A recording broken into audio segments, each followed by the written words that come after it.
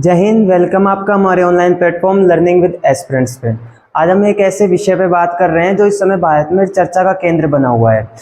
पढ़ाई करने वाले स्टूडेंट्स के साथ साथ भारत के सामान्य नागरिक या प्रत्येक नागरिक को इस विषय में पता होना चाहिए। अगर आप भारत के नागरिक हो तो आपको यह बहुत ज़रूरी है कि जो हम विषय की बात कर रहे हैं आज वो है यूनिफॉर्म सिविल कोड यानी समान नागरिक संहिता।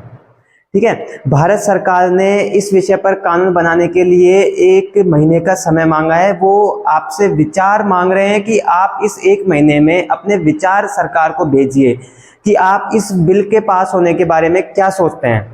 अब आप अपने विचार तब भेजेंगे जब आपको इस विषय के बारे में, इस बिल के बारे में पता होगा। आज मैं आपको एकदम सामान्य भाषा में, नॉर्मल लैंग्वेज में, जो आप सभी को समझ में आ जाए उस विषय में, इस विषय के बारे में बताता हूं आपको, ताकि आप आसानी से समझ सकें।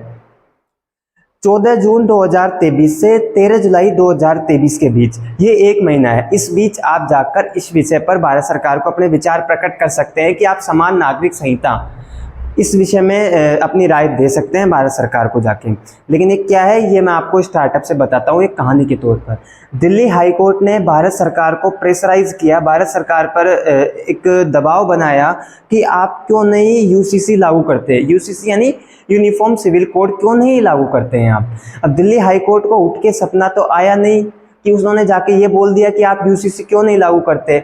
इसकी थोड़ी चिंगारी जहाँ से उठती है, ये बात शुरुआत होती है वो राजस्थान से होती है। तो एक कहानी के तौर पे मैं आपको समझाता हूँ। हम चलते हैं राजस्थान पे। राजस्थान में मीणा कम्युनिटी, मीणा समुदाय के लोग, आपने अगर राजस्थान से बिलोंग करते हो तो आपको पता होगा मीणा समुदाय जो यहाँ एसटी यानी शेड्यूल्ड ट्राइब्स में आती है, अनुसूचित जनजाति में आती है। मीणा समुदाय का एक व्यक्ति अपनी बीवी से तलाक लेना चाहता था। वो तलाक लेने के लिए कोर्ट में पिटीशन दायर करता है, याचिका दायर करता है। याचिका दायर करता है तो वहाँ से कोर्ट में उसकी बीवी एक तर्क रखती है। वो कहती है कि मैं तलाक नहीं दे सकती, और वो तर्क ये रखती है कि हम जिस समुदाय से आते हैं यानी मीणा समुदाय से आते हैं, यहाँ पर तलाक लेना अलाउ नहीं है। भारत सरकार भी जो समुदाय से हैं, जो ये अनुसूचित जनजातियाँ हैं, इनकी अपनी प्रथा परंपराएं, रीति रिवाज बचाने के लिए इनको आरक्षण प्रदान करती है। यानी कि सदियों से जो इनकी प्रथा परंपराएं चली आ रही है, ये इनको आगे बढ़ा सकती हैं, उसके लिए कुछ रियायतें प्रदान करती है। तो उनमें से ये मीणा समुदाय है, उसकी एक परंपरा है कि ये तलाक नहीं दे सकते अपने आगे वंश को या अपने समुदाय के रीति रिवाज को बढ़ाने के लिए। अब उसकी बीवी ये तर्क देती है तो कोर्ट उसकी बीवी की बात को मानते हुए उस व्यक्ति को तलाक नहीं देता है। वो जाता है सीधा दिल्ली हाई कोर्ट में। दिल्ली हाई कोर्ट में जाके अपना पक्ष रखता है। तब वो कहता है कि सर, मैंने तो हिंदू मैरिज एक्ट के अकॉर्डिंग शादी की है। तो बीच में ये अनुसूचित जनजाति वाला मामला कहाँ से आता है? अनुसूचित जनजाति वाला मामला, अगर हिंदू मैरिज कोड, मैंने जब हिंदू मैरिज एक्ट से शादी की है तो ये मामला आया।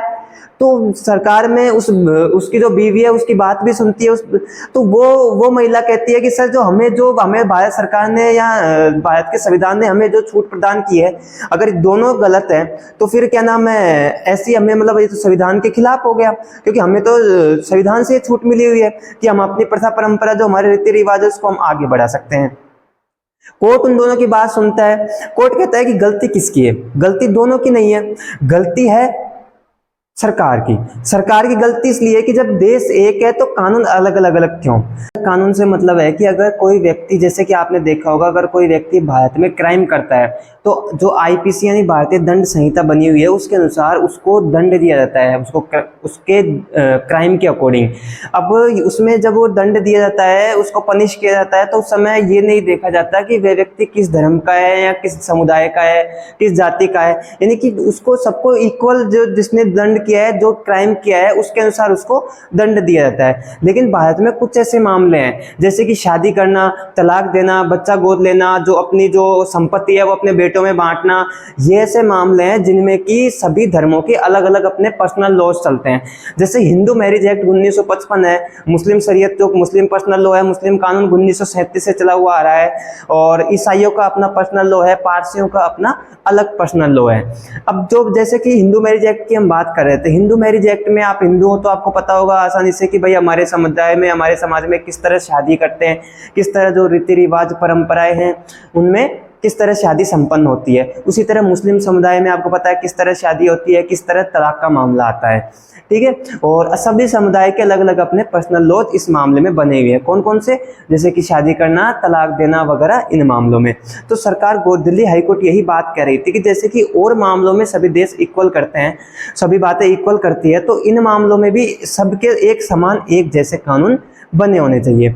अब इस बात की जो संविधान से जुड़ा हुआ है, ये बात संविधान से इसलिए जुड़ा हुआ है, संविधान का जो पार्ट 4 है, आर्टिकल 44 है, जहां राज्य के नीति निर्देशक तत्व है, वो कहते हैं कि भारत में कॉमन सिविल लॉ, यानी कि भारत में नीति निर्देशक कहते हैं कि भारत में सभी के लिए समान कानून, सरकार कुछ ऐसा कार्य करे कि भारत में सभी व्यक्तियों के लिए समान कानून लागू होने चाहिए। तो ये बात कहीं ना कहीं संविधान से भी जुड़ी हुई है। लेकिन अब जब बात ये यूसीसी की आती है, तो यूसीसी का मुद्दा बहुत समय पहले से उठा है। ये सब मुद्दा जब भी राजस्थान वाला मामला हुआ है, इससे भी पहले से मुद्दा उठा हुआ है। उसके लिए हम बात करते हैं 1985 की। 1985 में शाहबानो केस एक बहुत चर्चित केस था, उसके बारे में आपने सुना होगा। शाहबानो एक मुस्लिम महिला थी। 50 साल की एज में शाहबानो को उसके पति द्वारा तलाक दे दिया जाता है। शाहबानो एमपी के शहर इंदौर से बिलोंग करती थी। 5 बच्चे होने के बाद 50 साल की एज में उसके पति द्वारा उसको तलाक दे दिया जाता है। उस मामले में शाहबानो कहती है कि मेरे बचे हुए जीवन के गुजारे के लिए मुझे कुछ जीवन भत्ता मिलना चाहिए। अब उसने बात सिर्फ इतनी सी उठाई थी कि जीवन भत्ता मुझे मिलना चाहिए। ये बात शाहबानो बात करते हुए अपने पति से कहती है, अपने पति से इस बात का जिक्र करती है, तो उसका पति कहता है कि जो हमारा पर्सनल लॉ है कि भी हम बात करेंगे, क्योंकि ये मामला 3 तलाक से भी जुड़ा हुआ है ये मामला। तो अब बात कर रहे थे हम उस समय की, 1985 के समय की।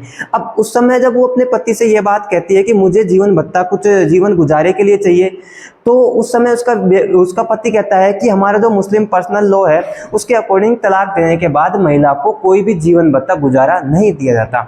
शाहबानो इस मामले को सीधा सुप्रीम कोर्ट लेके जाती है। कोर्ट में जाने के बाद सुप्रीम कोर्ट इस पक्ष को सुनता है। सुप्रीम कोर्ट इस पक्ष को सुनने के बाद यह निर्णय देता है, वो कहीं ना कहीं तलाक के मामले में निर्णय नहीं दे रहा। सुप्रीम कोर्ट ने यह निर्णय दिया था कि तलाक के बाद शाहबानो को, या शाहबानो की तरह ही उन महिलाओं को जिनको 3 तलाक दिया जा रहा है, उन महिलाओं को जीवन भत्ते के रूप में कुछ ना कुछ गुजारा देना चाहिए। और वो छोटा सा जीवन भत्ते का गुजारा जो सुप्रीम कोर्ट ने आदेश दिया था, उस मामले के बाद में जो बहुत सारी मुस्लिम महिलाएं थी जिनको तलाक के बाद में जीवन भत्ता मिलने लगा था, इस बात से मुस्लिम धर्म संप्रदाय के जो धर्म गुरु है वो थोड़े नाराज हो गए थे। अब उस समय तत्कालीन सरकार थी राजीव गांधी जी की। तत्कालीन सरकार राजीव गांधी जी ने एक बिल पास किया। उस बिल पास का उसका नाम था मुस्लिम महिला तलाक संरक्षण अधिनियम 1986। इस अधिनियम में क्या था, इस अधिनियम ने इस बिल पास होने के बाद जो सुप्रीम कोर्ट का निर्णय आया था कि यानी कि जीवन भत्ता मिलना चाहिए उन महिलाओं को जिनको तलाक दिया गया है, उस निर्णय को पूरी तरह पलट दिया गया इस बिल पास होने के बाद में। और इस बिल में कहीं ना कहीं इस बात को शेयर दिया गया कि जो मुस्लिम पर्सनल लॉ में लिखा गया है कि तलाक के बाद महिलाओं को कोई जीवन भत्ता नहीं मिलेगा, ठीक है। अब उस समय के बाद जब सुप्रीम कोर्ट के निर्णय को पलट दिया गया, तो उसके बाद में 2011 में सुप्रीम कोर्ट का फिर से निर्णय आता है। सुप्रीम कोर्ट का निर्णय आता है कि भाई वो जो बिल पास किया था वो एक्ट सही नहीं है, कहीं ना कहीं मुस्लिम महिलाओं को या सभी महिलाओं को तलाक के बाद में जीवन भत्ता या जीवन गुजारा मिलना चाहिए। ये बात तभी से मतलब ये कुछ कंट्रोवर्सी चली आ रही है अलग अलग संप्रदाय में। तो ये तो एक उदाहरण था। 2011 के बाद में 2017 का समय आता है। 2017 में मोदी सरकार द्वारा एक बिल पास करवाया जाता है ट्रिपल तलाक के खिलाफ। आपको पता है अब तलाक का मामला था मुस्लिम धर्म संप्रदाय में, जो तलाक का जो मामला था कि भाई 3 बार बोलने के बाद तलाक दिया जाता है, वो 2017 के बाद समाप्त हो गया है। लेकिन कहीं ना कहीं ये बात एक है कि अभी भी, यानी कि अगर एक बात अभी भी चलती है कि शायद अभी भी कहीं ना कहीं तलाक का मामला चलता है, ठीक है। तो ये बात के लिए सुप्रीम कोर्ट ने जब 2017 में निर्णय दिया था, तो सुप्रीम कोर्ट ने ये कहा था कि भाई उस समय सुप्रीम कोर्ट ने इस निर्णय के साथ ये कहा था कि आप लोग क्यों नहीं यूसीसी लागू करते, यानी कि जैसे हिंदू धर्म में अलग अलग लॉ चलते हैं, मुस्लिम धर्म के अलग लॉ है, ईसाइयों के अलग है, तो इन सबको मिक्स करके आप एक कानून क्यों नहीं बनाते हैं सभी धर्मों के लिए। अब जो इसका विरोध कर रहे हैं हैं वो इसका थोड़ा सा उदाहरण देता हूं कि जो इसका विरोध कर रहे हैं वो क्यों कर रहे हैं। विरोध कर रहे हैं कि हमारे संविधान में आर्टिकल जो 25 है, आर्टिकल 25 मूल अधिकार में है धार्मिक स्वतंत्रता का, यानी कि हमें अपना धर्म मानने का पूर्ण अधिकार है। हम किसी भी धर्म को मान सकते हैं, उस धर्म का प्रचार प्रसार कर सकते हैं, वो धर्म अपना सकते हैं। तो कहीं ना कहीं ये बात कहते हैं कि भाई ये जो मामला है ये हमारी जो धार्मिक स्वतंत्रता है उसको छीन रहा है। बाकी ये जो कंट्रोवर्सी सबके अलग अलग अपने अपने विचार आ रहे हैं। आपको तो मैं सिर्फ इतना बताता कि ये यूसीसी क्या है। तो यूसीसी का मुद्दा 1985 से शुरू हुआ और अभी तक चल रहा है, ठीक है। अब मोदी गवर्नमेंट जब 2014 में जब मोदी गवर्नमेंट चुनाव लड़ रही थी, यानी कि बीजेपी की सरकार चुनाव लड़ रही थी, तो उसने अपने मैनिफेस्टो में कुछ वादे किए थे, जैसे राम मंदिर का मामला है, जम्मू कश्मीर का मामला है, उसी तरह ये भी एक मामला था। 19 में जब मोदी सरकार रिपीट होती है तो तभी भी उनके मैनिफेस्टो में ये वादा जरूर था कि हम यूसीसी लागू करेंगे, एक देश में समान सभी नागरिकों के लिए समान कानून। अब मुद्दे की बात ये आती है कि जब ये शाहबानो केस ये जो सारे निर्णय, इन निर्णयों के बाद में हमारे जीवन पर, यानी कि जो भारत के नागरिक है उन पर इस कानून का क्या इफेक्ट पड़ेगा। देखिए, अफवाह की बात पे नहीं जाइए। इस कानून से भारत सरकार ने जो स्पष्ट रूप से कहा है कि इस कानून में जैसे कि आपके जीवन पे ये इतना सा इफेक्ट रहेगा कि जैसे सभी धर्मों में जो अलग अलग लॉज चलते हैं, सभी धर्मों के अलग अलग कानून है। जैसे हिंदू धर्म में 1 शादी अलाउ है, वहां मुस्लिम धर्म में 4 शादी अलाउ है, ठीक है। मुस्लिम धर्म में तलाक का जो मामला है, हिंदू धर्म में जो तलाक का मामला है, जो ये ऐसे गंभीर विषय हैं, इन गंभीर विषयों पर एक देश में एक कानून लागू किया जाएगा सभी नागरिकों के लिए। जैसे गवर्नमेंट ने फिक्स कर दिया कि भाई लड़की की शादी की एज ये रहेगी, तो वो बात सभी धर्मों पे लागू होएगी, वो सिर्फ एक हिंदू धर्म पे नहीं, वो सभी धर्मों पे लागू रहेगी। भाई लड़की की शादी ये रहेगी, तलाक इस तरह लिया जाएगा, या तलाक के बाद में जीवन भत्ता सभी को दिया जाएगा।